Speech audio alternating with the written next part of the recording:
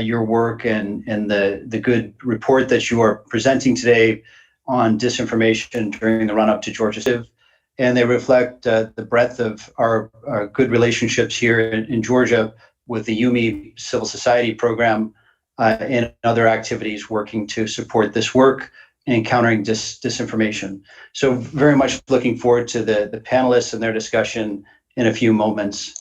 But more broadly, I'd like to just share that USAID as a whole, but particularly USAID Georgia, we see disinformation and manipulation of the information environment as a significant threat to development. It undermines democratic institutions, it fosters social divisions, and disrupts economic growth. So this is not something solely being seen in places like Georgia. It's all around the world where democratic openings can be misinformed and obviously malign actors can seek to divide. Last year, USAID Georgia launched a new development strategy for our work here in Georgia. It makes strengthening resilience to malign influence a top priority. In fact, it's our first development objective. In Georgia, we know, and as your good reporting and other analysis demonstrates, the Kremlin uses disinformation to disrupt the country's democratic development and Euro-Atlantic aspirations. It deploys misinformation and propaganda to challenge those aspirations. However, as this important report makes clear, Georgia is also facing an increase in homegrown disinformation, and this is a particular concern. Domestic disinformation is often more difficult to recognize. It borrows narratives and tactics from foreign actors, and it force multiplies. We're encouraged that civil society organizations and media are stepping up by monitoring, identifying, and countering disinformation. But for this fight to be successful, the government of Georgia must be equally engaged. And we're looking to engage with the government on these initiatives.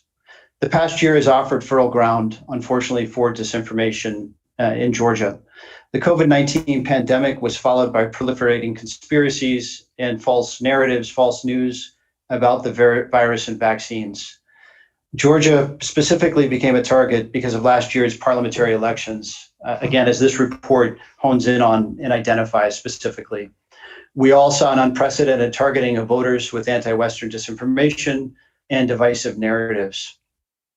Today's deeply polarized political landscape creates openings for Georgia's enemies to further sow division among the public and the country's political leadership. That's why this report is so timely.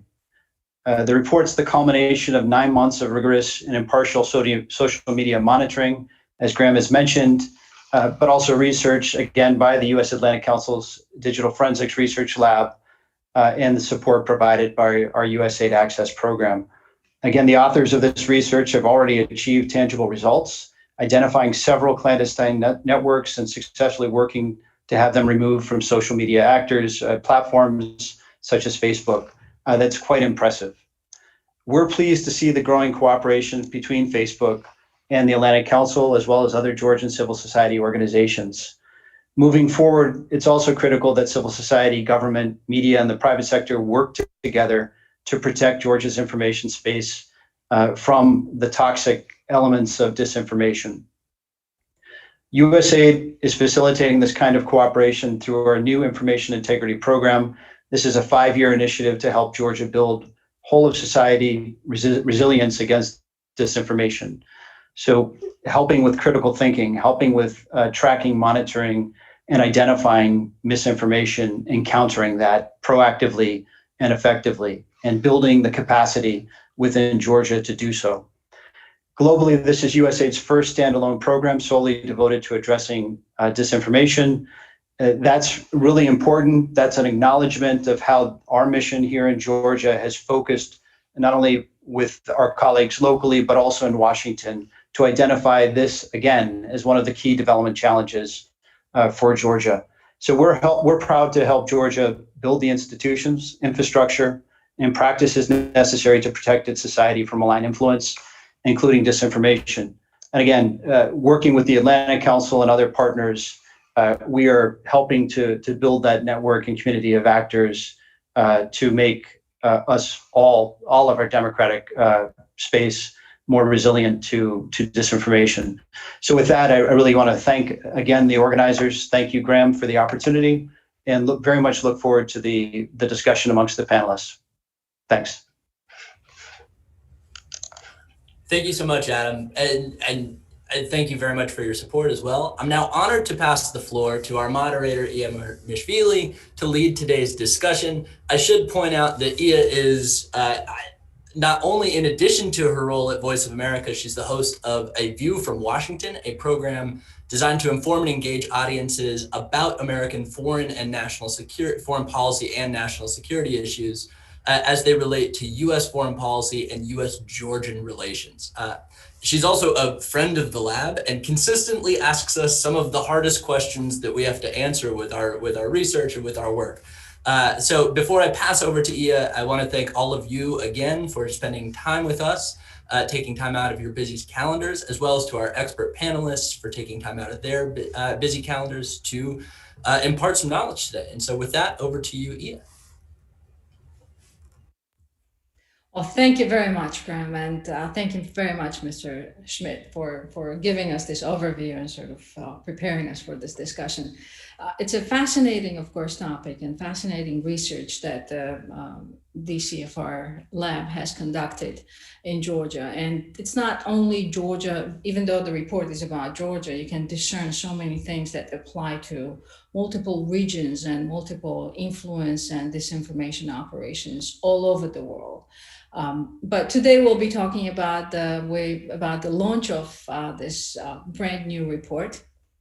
And we have a very distinguished panel, and I will introduce the panel first and then sort of overview what we will be talking about within the next little less than an hour.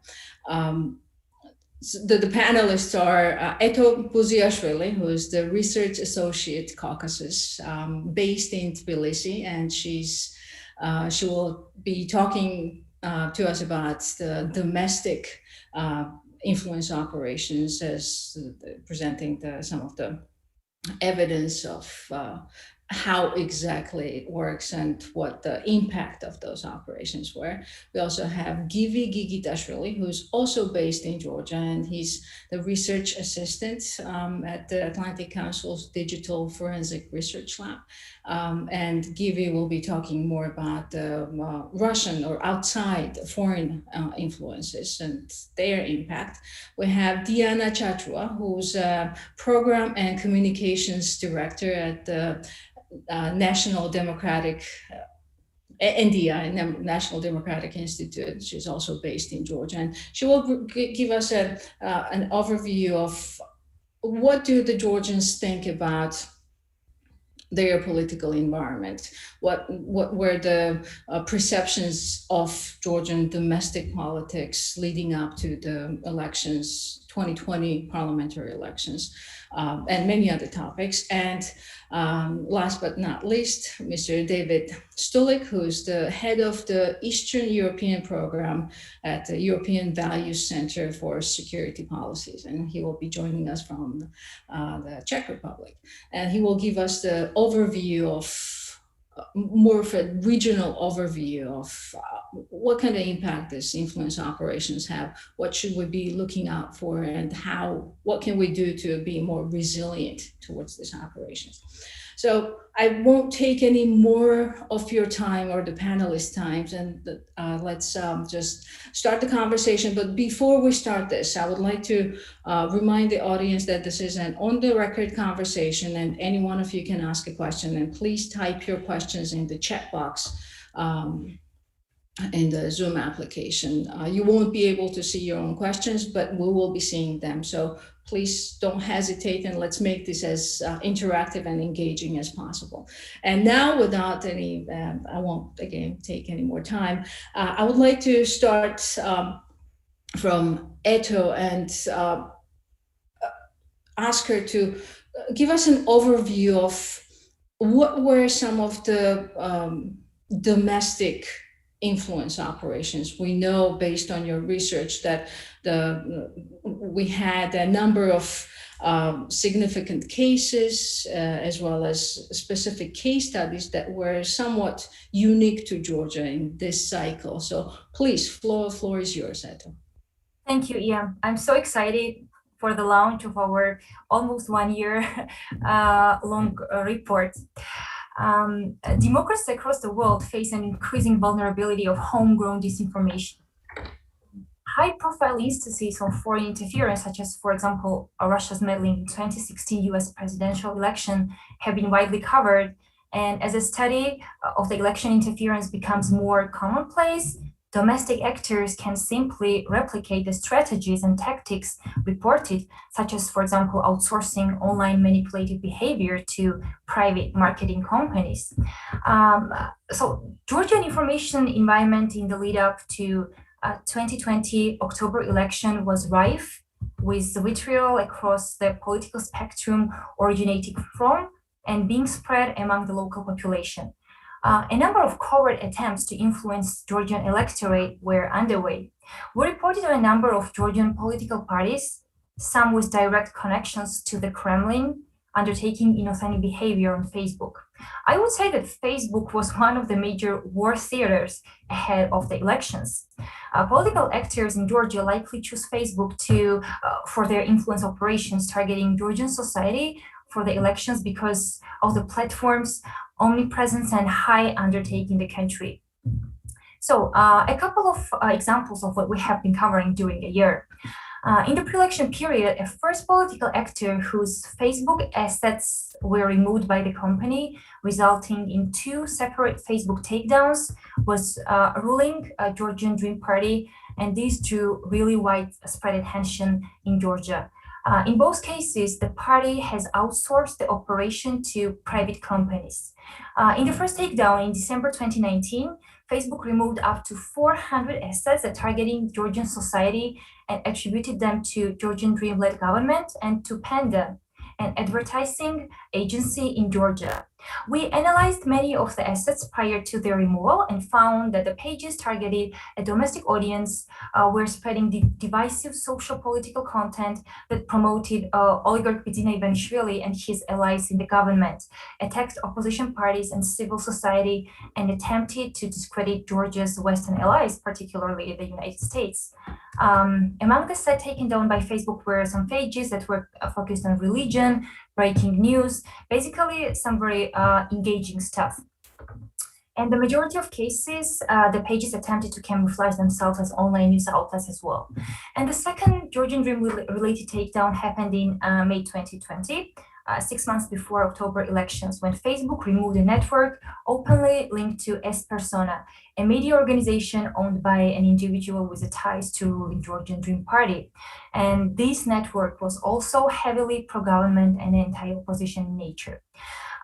Likely as a means of reappropriating the legitimate credibility through name recognition or institutional trust, some of the assets camouflage themselves as news outlets, while others impersonated opposition leaders and health authorities.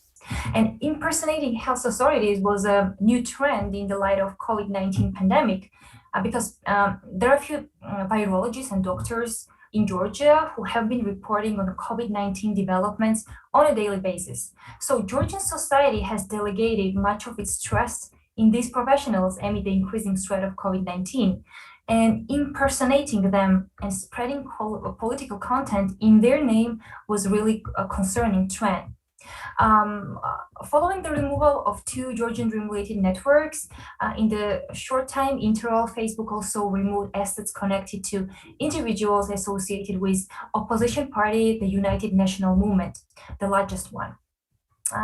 No research organization, including us, had an access to the assets prior to their takedown, but Facebook did state in its announcement that the individuals behind this activity frequently posted about local news, political topics like 2018 Georgian elections and candidates, as well as criticism of government and their handling of COVID-19 pandemic.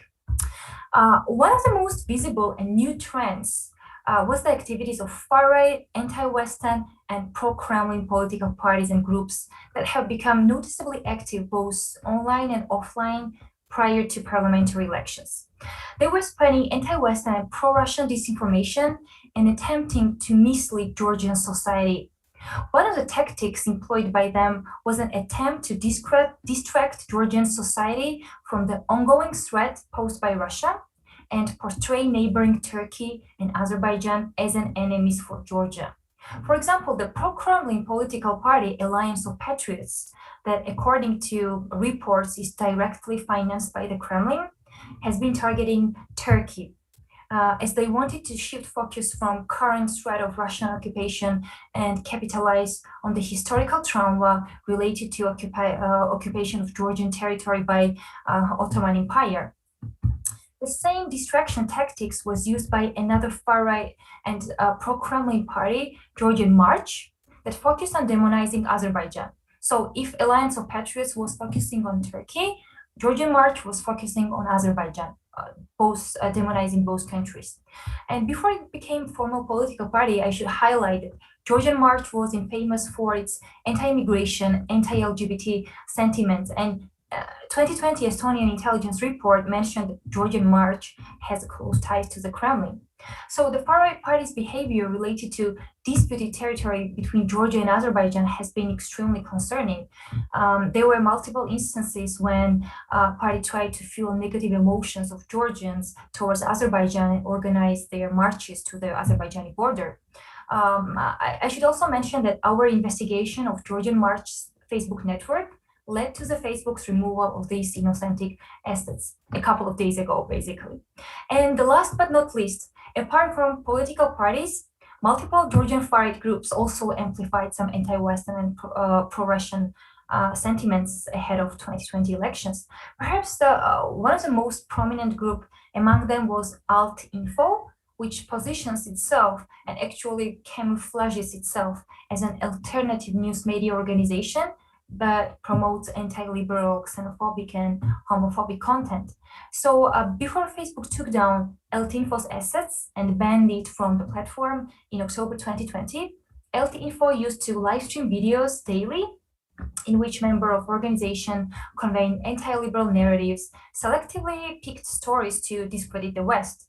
And they also tried to instigate fears of war with Russia and claim that Georgia does not have a luxury to choose between Russia and the West, and since Russia will, in brackets, inevitably conquer Georgia. So these are a couple of domestic trends that we have been covering. Of course, there were some other activities as well, but I would more than welcome you to read our report. Thank you.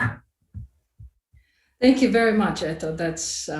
That's incredible that there are so many, in addition to some of the foreign influences, that the Georgian audiences need to be mindful of domestic operations of misleading operations. And now I would like to ask Givi to give us that, specifically that. What were some of the foreign influence operations in Georgia, particularly Kremlin-based, or the ones that were the Kremlin associated or Kremlin sympathizers, maybe? What was the purpose of that? What did they try to accomplish, and did they have any impact really before the pre-election period? Hello, everyone, and thanks for joining our event today. So our assessment is that foreign influence operations ahead of elections had three main pillars. First of all, Russia tried to use Georgian domestic proxies, and Ed already discussed many of them. Secondly, Russian state-controlled media outlets such as Sputnik and Newsfront actually administered inauthentic networks on Facebook in order to disseminate their content. And Newsfront assets specifically pushed controversial and some tailored content on domestic politics. By doing so, this network was trying to polarize society and also trigger some confrontation between supporters of ruling party on the one hand and supporters of the opposition on the other hand. There was also Sputnik network, but I would say that the political messaging was not a substantial part of their content, and it was on early stage of audience building when Facebook decided to deactivate it. Thirdly, we also observed a number of foreign cyber disruption operations ahead of elections, and we extensively covered in our report. Probably we all remember that in October 2019, Russia's main intelligence directorate carried out a massive cyber attack during which hackers took down around 15,000 websites, including the website of the president of Georgia, local municipalities, different NGOs, and so on and so forth. We assessed that the main objective of this cyber operation was to instill a feeling of vulnerability in Georgian society and to create confusion by means of interrupting proper functioning of state institutions. And of course, the broader goal of this operation was to undermine Georgia's national security, but we also can assume that hackers also try to collect some information during this attack, or maybe they also try to check some vulnerabilities into the system or network for future attacks. And this was not an isolated incident. 2 months before Georgian parliamentary elections, Georgia was targeted with another hack and leak operation, or let's say disruption, and foreign hackers managed to steal documents on the management of COVID pandemic from Richard Lugar Public Health Center database. And what is even more problematic here is that these documents were fabricated and uploaded on a foreign website, on raid forums. We believe that the main objective of this operation was to confuse and deceive and also intimidate people, and also kind of create some greater controversy around Lugar laboratory and to undermine its image in the eyes of the public. Georgian Ministry of Internal Affairs announced that this operation was orchestrated by foreign government, or let's say special services that were kind of authorized by foreign government, but it still remains unattributed. So no one has specified officially from the Georgian government that it was Russia. We also investigated the case of possible hacking of Georgian voters database,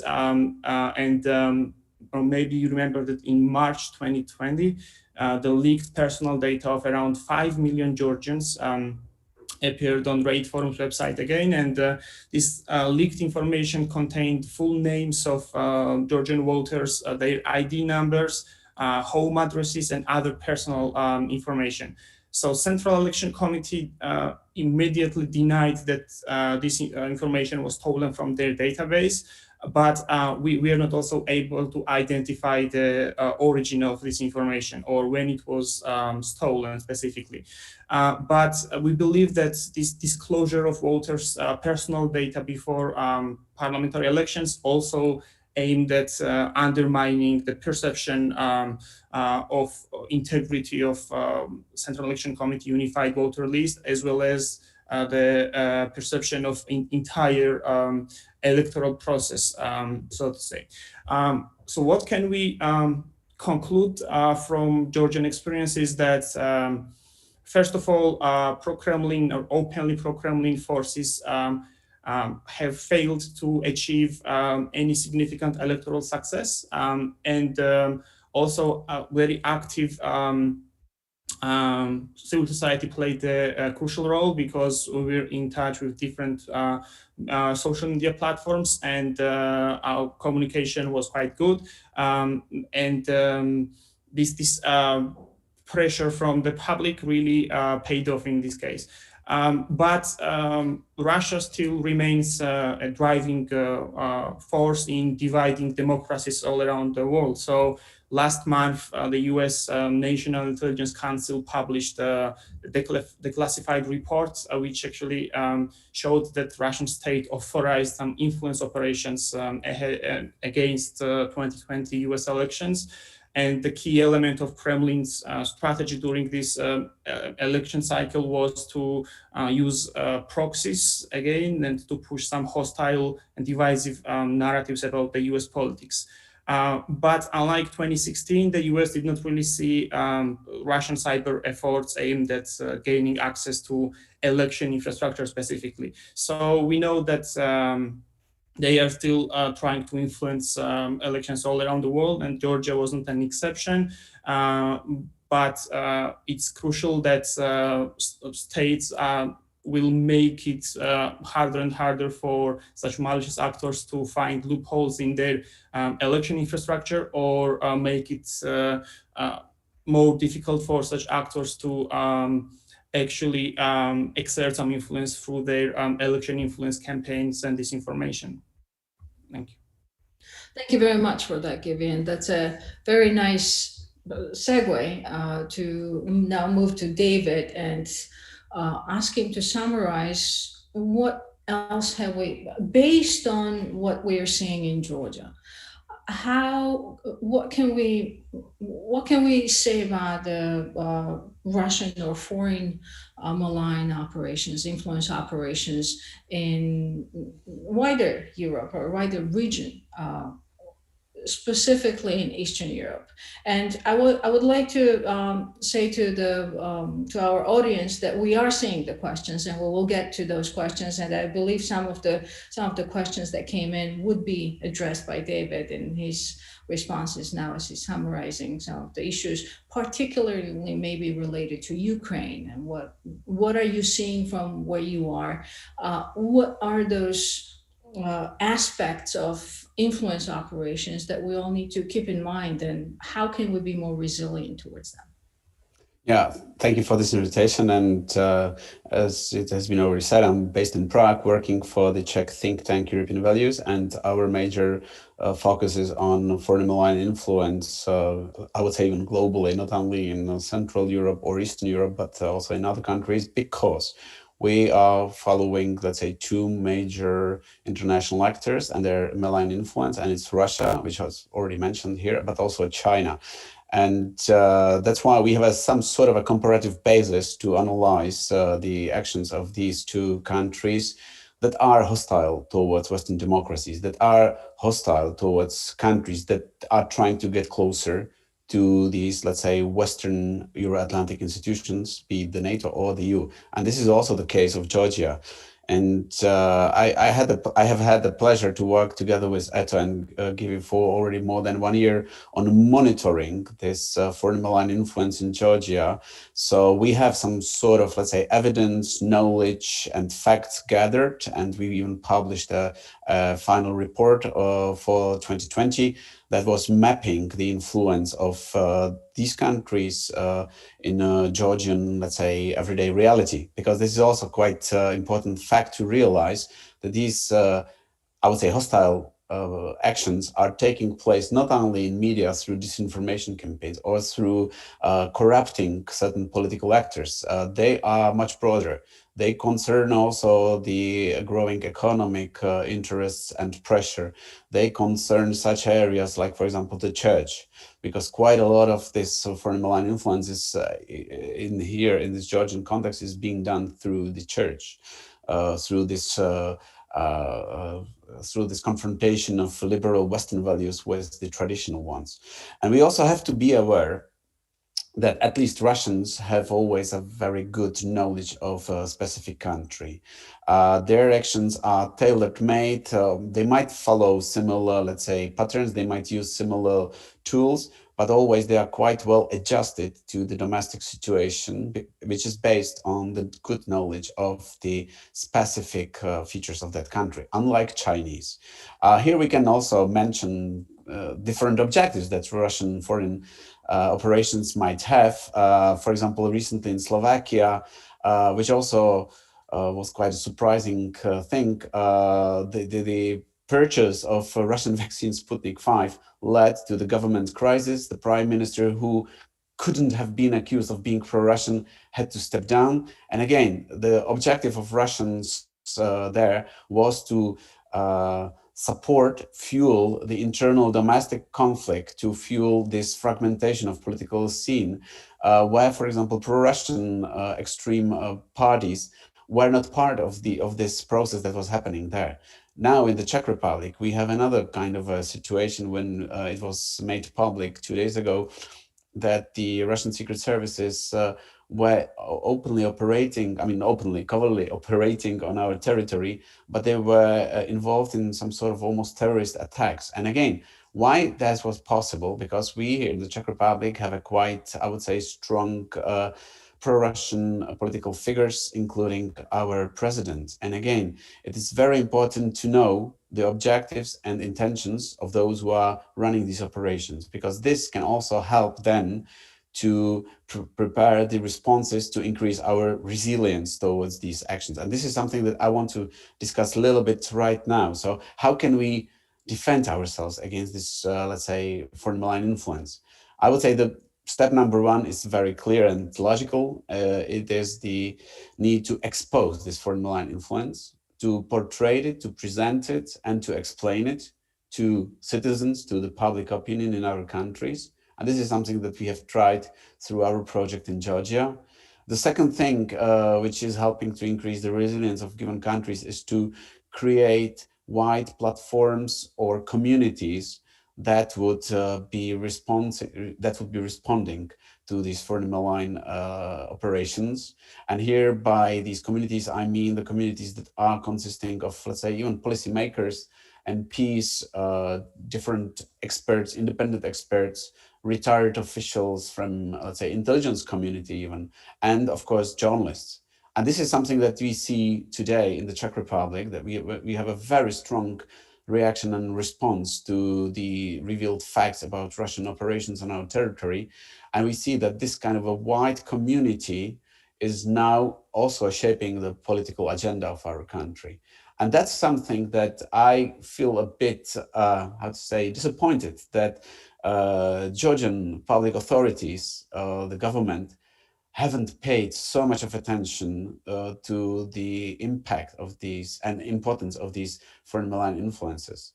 That there is no, let's say, official state run infrastructure that would cope with these foreign malign influences. With regard to China, we even see that there are kind of, I would say, favorable conditions for involving Chinese into some infrastructural projects. And there is no, let's say, deep knowledge of the motives and ambitions of Chinese, who have a completely different time perspective. So something that for us might be over very long-term or short-term planning, for Chinese, it's a part of a long-term planning. So they are moving, let's say, more deliberately, patiently. For example, more attention should be paid to the influence of Chinese, not only in the economic sphere, but also in the academic sector. The level of cooperation with Chinese universities, scholarship for Georgian students who go to China. These are the aspects that, in our view, Georgian government is somehow underestimating. So this is what, I wanted to share with you. And yeah, I see there are a couple of questions, so I think that we can now address them one by one. Thank you so much, David. What you said about what government is doing or is not doing, actions or inactions, sort of turning the blind eye towards organized, especially foreign and both domestic influence operations, definitely has impact, at least from my perspective. But Diana is the person who's been studying this, and she's where this panel is very benefiting very much by having her here to talk about exactly, specifically, what kind of impact that everything that we just discussed or the panelists just discussed, whether it's domestic influence operations or foreign malign operations. What impact did COVID have on how the elections were in the pre-election period, how the elections were conducted? So please, floor is yours. What were some of the perceptions? What were the narratives that had impact? And what do the Georgians overall think about their political environment as well as the information environment, both in the pre-election period as well as maybe now? Thank you, Iya, very much. Good morning, good afternoon, and good evening from Tbilisi. Thanks to the Atlantic Council's DFRLab for this report and a very, very important reminder about the threats of disinformation. I'm happy to be part of the discussion. In my talk, I'll try briefly to describe what makes fighting for Georgians' hearts and minds so easy and complicated at the same time under the current information architecture. Of course, everything will be based on the evidence and the surveys we conduct at NDI in Georgia. When looking at the skyrocketing EU and NATO numbers in NDI polls, it's easy to falsely assume that Georgia has successfully won a battle against anti-Western propaganda and disinformation. But that would be a wrong interpretation of our data. Unfortunately, not many people pay attention to another data in our surveys, which points to the strengths of this support. Barely half of the population would support European and Euro-Atlantic integration, come rain or shine. It's also very important to be mindful of the widespread belief in Georgia or in Sakartvelo that the EU and NATO pose a threat to Georgian culture, values, and identity. Understanding public fears is key in the fight we're in. And let's also don't forget that Georgian support for Western integration is not based on democratic values, but is rather a pragmatic choice based on our research.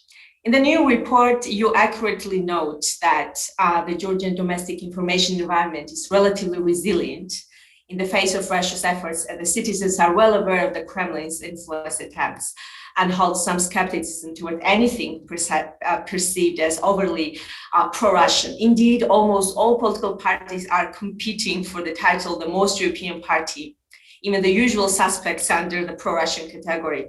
All mainstream media outlets also do not shy away to proudly say that they are pro-Western. Basically, Russia at the moment is a dirty word for mainstream parties and the media outlets. And of course, that affects the public perceptions of Russia and West in Georgia.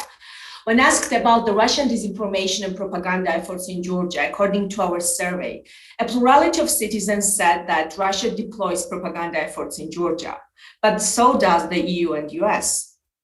Believe that Russia is bad, but so are others, something that our polls also show, is probably a result of anti-Western campaign efforts, which interestingly has no intention to portray Russia as an exemplary country, but tries to convince Georgians that everybody and everything is fake and the West only serves its own interests.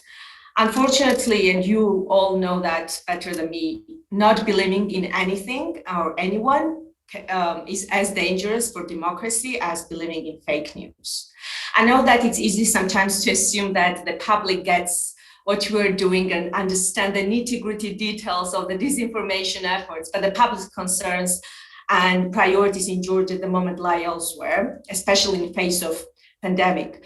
They also don't possess enough skills to be able to distinguish between, the local and foreign influence operations. And every Georgian wakes up in the morning worried about bread and butter issues. There's a reason why foreign influence operations and propaganda efforts are so well packaged and misleading.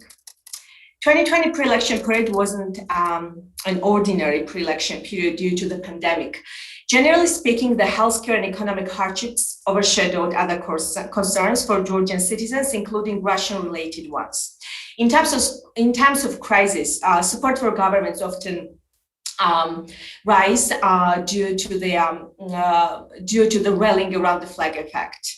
The COVID-19 crisis wasn't in Georgia, has been no exception, with performance doubling actually for many actors and institutions in Georgia.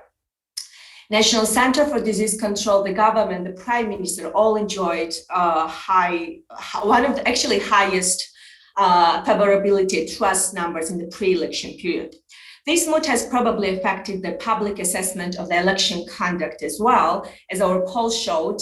According to our December 2020 survey, the majority said that elections were administered well, and only a third assessed the Central Election Commission's job as bad. Actually, this positive trend, by the way, has been reversed after the second wave of COVID-19 in the fall of 2020. Another indication that government favorability is linked to the pandemic and the effect it had. As mentioned in your report, TV remains the main source of information for Georgians, although the internet is slowly catching up. Trust towards individual broadcasters is mostly based on partisan views, which further deepens the polarization, making it extremely difficult for Georgian viewers to see the objective picture in between the two Georgias. Perception of disinformation in Georgian media is high, with the majority of Georgians believing that Georgian television stations spread disinformation, which is actually interestingly higher than the percentage of people believing that Russian media does the same. Well, how so? We discuss this a lot, and well, it's probably related to the fact that only 18% of Georgians report watching non-Georgian TV channels for news. Another explanation could be domestic attempts to manipulate the information in the environment is indicated in your and other local CSO reports that have gained so much prominence that it solidified the public perception about the dominance of homegrown threats. During the pandemic, social media was an important source of information for Georgian citizens, but the majority still preferred TV. According to NDI focus group, citizens said that they didn't trust information and news on Facebook because it's often fake, I quote. In the poll, the majority also expressed confidence that they could distinguish what is true and what is not. Indeed, when we presented with some prevalent disinformation narratives, actually a significant number of Georgians gave us the right response. They knew that they were fake. So what does this mean? Are Georgians champions in media literacy? Does Facebook really not affect Georgians? Of course not. Pandemic was actually the first case when disinformation efforts had a mild impact. Some give credit to the government healthcare crisis management efforts ahead of elections in the pre-election period. Generally, it requires a combination of different types of research to determine whether online disinformation campaigns influence human behavior. Surveys only are not enough to paint a full picture, but however, it is, however, possible to see a trend. To do so, for instance, what we do, we usually review social media monitoring reports by you and others, local CSO in Georgia. We extract main narratives and include them in the poll questionnaire to measure if citizens believe in them. That is how we learned that a third of the population believes that EU threatens Georgians' values. That's how we learned that also a third believes that visa liberalization with EU will cause an increase of immigrants coming to Georgia, or that Western integration will degrade Georgian morality. This certainly allows us to say that social media disinformation campaigns have an impact on the formation of the public opinion in Sakartvelo. By the way, in our June 2020 poll, when asked how they determine whether information on Facebook related to COVID-19 is true or false, plurality of Georgians said they rely on their instincts. Kudos to their honesty, but certainly an alarming finding for local fake news fighters. And even though majority of Georgians perceive Russia as the main security threat, and our poll has demonstrated that multiple times, it becomes obvious that our northern neighbor still manages to remain attractive in Georgia. And it has been one of the main objectives for us to research why. So in the last couple of years, we came down to two major dimensions, two major factors, which makes Russia which defines Russian attraction. Let's begin with the cultural dimension. Regression analysis revealed that respondents who feel closer to the Russian people are least likely to support the idea of Georgia joining NATO, while those who feel distance from regular Russians are almost 100% likely to support NATO membership. Those who feel closer to non-Russian Europeans are extremely likely to support Georgia's NATO membership. And it's a known fact, and you all know that an average Georgian probably feels way closer to an average Russian than to average French citizen, both culturally and linguistically, but also religiously. And of course, the economic dimension. For years, our polls have shown that there's no progress on the top national issue of concern, employment and poverty. Those of you who follow Georgia closely will recall our poll finding about the dissolution of the USSR, where half of Georgian citizens said that they were not happy about the dissolution. I remember that single slide made headlines. It caused public fury and confusion. People assumed Georgians miss Soviet regime. But in reality, according to our focus group, citizens of Georgia are missing financial stability, steady income associated with the USSR. Our data confirm that sentiments about the dissolution of the USSR is one of the main proxies for predicting pro-Russian attitudes. What this data means is that those who want to win Georgians' hearts and minds need to give Georgians a hope of economic prosperity at least.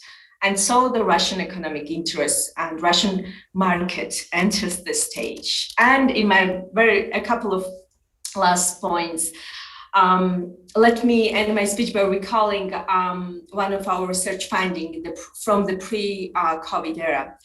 We conducted a survey experiment in an attempt to help stakeholders come up with the most convincing messages for the awareness campaign targeted against Russian propaganda.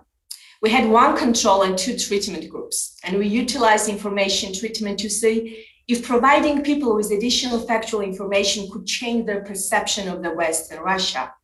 And it did. Yeah. By simply providing a full story, people were more likely to support the Western institutions. If hearing two factual statements from a complete stranger interviewer, can have such an impact, imagine what coordinated awareness campaigns and interventions can do. So I'll end here, and I'm happy to answer your questions. Thank you. Thank you very much, Diana. And we have multiple questions that came in throughout this discussion. And I would like to ask Eto and Givi to address some of the questions that pertain specifically about Georgia's pre-election period. And as we all know, there is a very high stake, as one of the viewers has put the upcoming local elections, or characterized it as very high stake elections. Do we know about any of the trends, any of the narratives that are being disseminated just before those elections? What can be done about them, and what's your overall view of moving forward? Now, we talked about 2020 elections, but we have other elections coming up, and Georgia, as you know, is super polarized today, which also is translated into the information environment in the country. So Eto, let's start from you. Yeah, sure.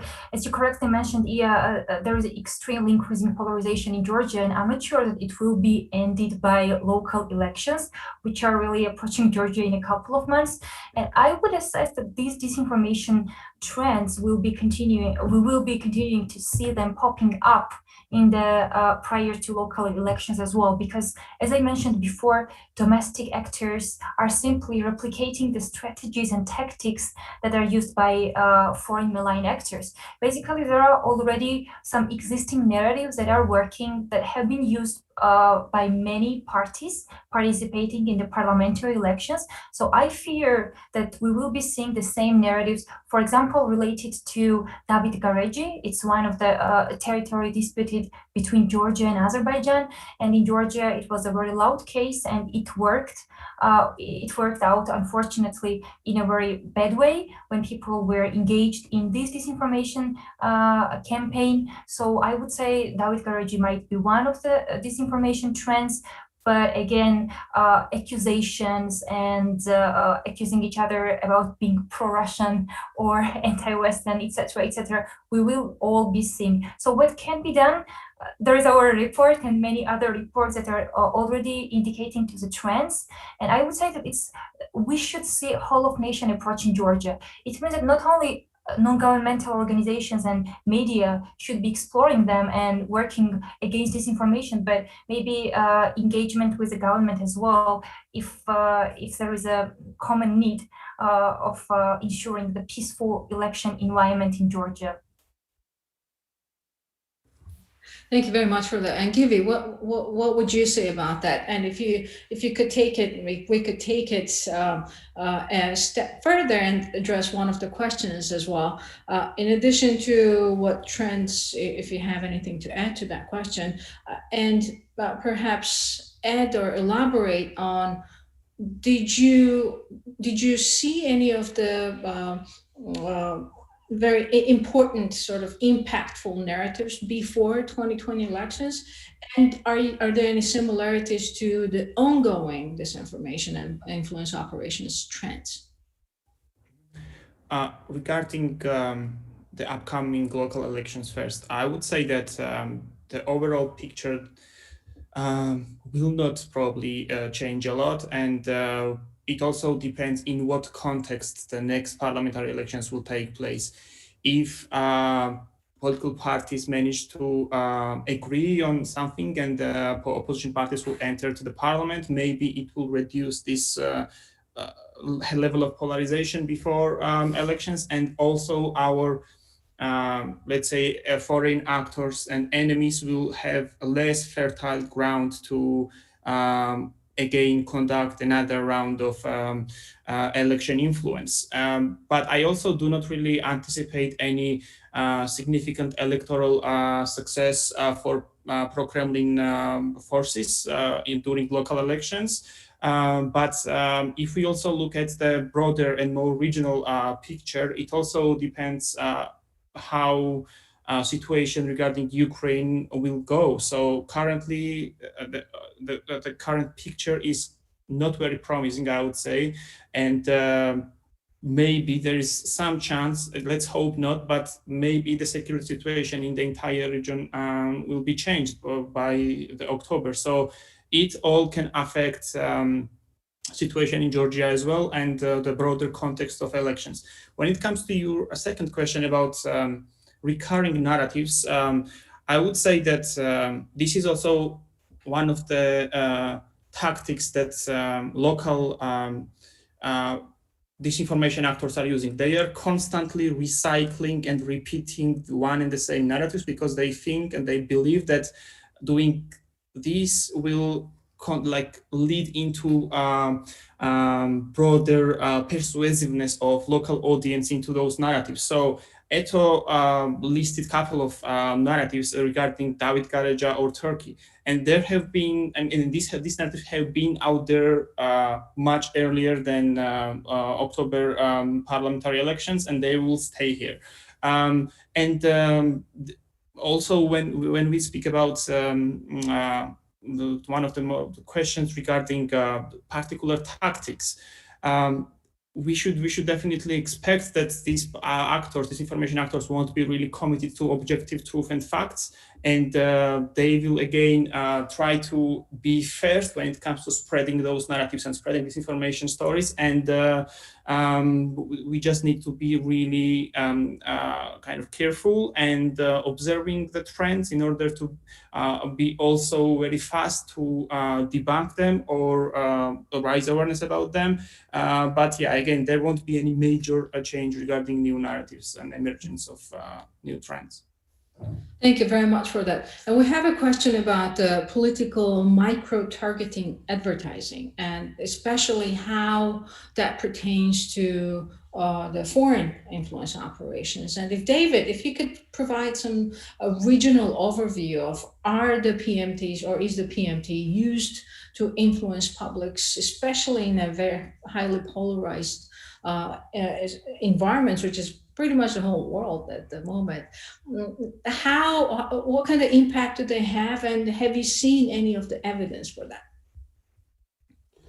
Right, I'm aware that something like that does exist, but for some, let's say, maybe reasons, I'm not like following these targeted marketing advertisements because I really can have a kind of I would say, I don't know, algorithms or kind of a own personal resilience. So I'm not like looking and paying attention to these messages, but I know that they do exist.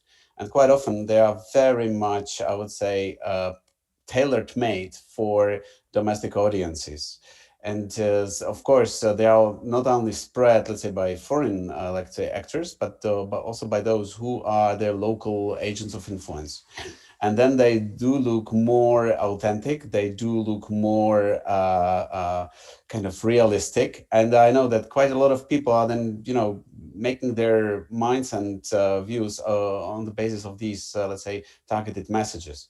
And quite often then the people are also like unconscious, let's say, spreaders of similar messages. And then we do even see a kind of a waves of similar information being widely circulated through social media, for example. So then some of these messages are becoming or are growing as viral messages, and that's indeed it is a sort of a problem that needs to be addressed. And I do have a quick question for Diana, and if you could be very brief, please. Throughout your surveys and research, have you noticed any, do you have any observations about which parts of society are the most influenced by malign operations and influence operations? Is it, what are their online habits? What are their media consumption habits? If you have that overview of where does the influence operation have the most impact from the society perspective?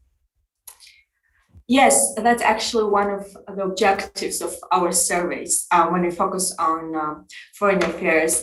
And throughout these years, we learned that the most vulnerable population can be characterized this way. It's older population living mostly in the rural settlements and minority settlements. And minority settlements is, even though we use it collectively, Armenian and Azerbaijani settlements together, it's very important also to distinguish these two ethnic groups and say that the challenges with them are very different. Azerbaijanis, the problem with Azerbaijani ethnic minorities in Georgia is that they lack information and understanding, while Armenians are openly expressing usually sympathies towards Russian policies and predominantly watch Russian media. So that is a very short profile of the most vulnerable groups in Georgia. So rural people, older people, and minorities living in Armenian and Azerbaijani settlements. We are over by 3 minutes, and I don't want to abuse the time of our panelists or our viewers. So just to briefly ask you, all of you, to summarize, what should be done to be more resilient towards malign influence operations that are coming domestically from the domestic actors? What can be done against the foreign influencers or foreign actors that are trying to influence the processes? And if you have any final words of summary. So let's start from Eto, please. Sure, I would say that exposing and explaining will remain one of the very needed tactics, because if you do not explain the problem to the society, they won't get it. They won't know why disinformation is so dangerous in comparison to tanks and bullets, and why disinformation might be more dangerous than tanks and bullets. And same should be done for the foreign attempts of foreign malign influence as well. But also, I would say that there should be some clear statements and the will to confront the foreign malign influence. Because if there is a murder, there is a murderer, right? Who is committing the crime? So they should be named and responded accordingly, officially. Kivi, please. I would add about the role of social media platforms and what they should do. First of all, I think that what we saw in Georgia is that there are a couple of actors who conducted and undertook inauthentic behaviors, and then they were removed by Facebook, but they still emerged on this platform, even though they are banned from this platform. So I would say that Facebook and other platforms should really take more effective measures against them to really put an end to their presence on these social media platforms. Secondly, I know that a lot of people in Georgia are struggling with communicating with Facebook and other platforms, because once they identify inauthentic network or particular information operation, they don't really know how to reach out to Facebook and notify about this network. So I think that social media platforms should really improve the channels for communication between social media users and the companies themselves. I would also say that we have seen a lot of actors spending a lot of money on political trolling and advertisements. In other words, they try to really sponsor political trolling posts on social media networks. And this is also something that should be dealt with by companies, because they should not be able to spend money on such campaigns. And on the side of civil society, I think that we should really invest more in media literacy and just explaining and providing people with skills to analyze information operations and verify sources and other things of that kind. David, do you have anything from the regional perspective? Is there anything that can be done? I can only subscribe to what Etta said, that we need to expose and explain, and also to compare and exchange information between different countries, because what is happening today in one country might happen later on in another country. And the second thing, what is very important, is a joint coordinated response to these operations. When the democratic countries act jointly in an act of solidarity with those who are targeted, is also very important. And also we have to know that we have the right to respond.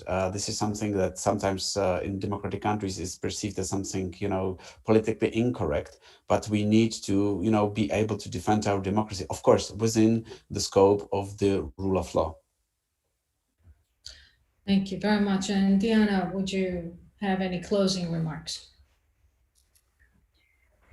Thank you. Yeah. Yes, just 3 points. First, I would highlight gaps in the understanding of public opinion. There certainly needs to be more diverse, more experimental research, studying behavioral changes in the society in Georgia. That is number one. Number two is that the government institutions should be part of this game if we want to achieve impact. And number three, of course, I'll just agree with my colleagues that investing in education and media literacy is crucial at this point. Well, thank you very much. We did exceed the time a little bit, but it's a fascinating topic, very important issues to discuss and to be mindful of. And good luck to you all in exposing and detecting and calling on the disinformation. And from the media perspective, I think media has nonetheless, media is very important in both identifying and exposing this information. So good luck to you all, and thank you very much for your time and for joining us. And thank you very much to all of you who joined us. And my apologies for not getting to all the questions. Perhaps we'll address them some other time. So have a great rest of the evening, and thank you very much.